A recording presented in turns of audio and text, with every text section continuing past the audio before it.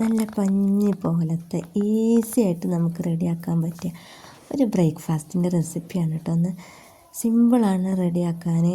കൂടുതൽ ഇൻഗ്രീഡിയൻസ് ഒന്നും ആവശ്യമില്ല, നമ്മളെ വീട്ടിലുള്ള ഇൻഗ്രീഡിയൻസ് മാത്രം മതി കേട്ടോ.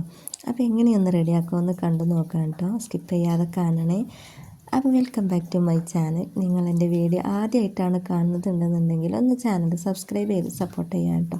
നിങ്ങൾ ഫീഡ്ബാക്ക് കമൻറ്റിലൂടെ അറിയിക്കാൻ മറക്കണ്ട. അപ്പോൾ ആവശ്യമുള്ള ഇൻഗ്രീഡിയൻസ് ഇതൊക്കെയാണ്. കുതിർത്ത് വെച്ച പച്ചരി, അത് 3 കപ്പാണ് ഞാൻ എടുത്തിട്ടുള്ളത്. പിന്നെ അതിലേക്ക് 1.5 കപ്പ് നമ്മൾ ബാക്കി വന്ന ചോറുണ്ടല്ലോ, അതാണ് എടുത്തിട്ടുള്ളത്. പിന്നെ അതാ ഒരു മീഡിയം സൈസുള്ള തേങ്ങ, അത് മുഴുവനായിട്ട് ചിരവി എടുത്തിട്ടുണ്ട്. പിന്നെ കോക്കനട്ട് വാട്ടർ, അതൊരു ഗ്ലാസ് എടുത്തിട്ടുണ്ട്. ഇതാണ് കേട്ടോ ഇതിന് മെയിനുമായിട്ട് വേണ്ടത്. പിന്നെ ആവശ്യത്തിനുള്ള ഉപ്പ്, എല്ലാം കൂടെ നല്ലപോലെ മിക്സാക്കി ഒന്ന് അരച്ചെടുത്തിട്ടുണ്ട് കേട്ടോ. ഞാൻ ആദ്യം ചെറിയൊരു പാത്രം എടുത്ത് പിന്നെ എനിക്കത് മാറ്റേണ്ടി വന്നിട്ടുണ്ട് കേട്ടോ.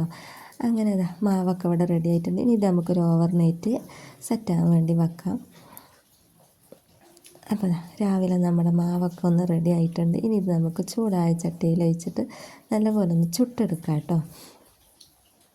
ഇതിൽ ഈസ്റ്റോ അതുപോലെ അപ്പക്കാരോ ഒന്നും ചേർത്തിട്ടില്ല കേട്ടോ.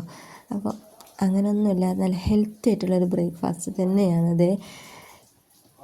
അപ്പോൾ ചൂടായ ചട്ടി നിങ്ങൾക്ക് ആവശ്യമുള്ള ഷേപ്പിൽ അങ്ങോട്ട് ചുട്ടെടുക്കട്ടെ. ഞാൻ ദോശ പോലെയും പരത്തിയെടുത്തിട്ടുണ്ട്, ഇതുപോലെയും ചുട്ടെടുത്തിട്ടുണ്ട് കേട്ടോ. നല്ല ആരെടുത്ത് പഞ്ഞി പോലെ നമ്മുടെ അപ്പം കണ്ടില്ലേ.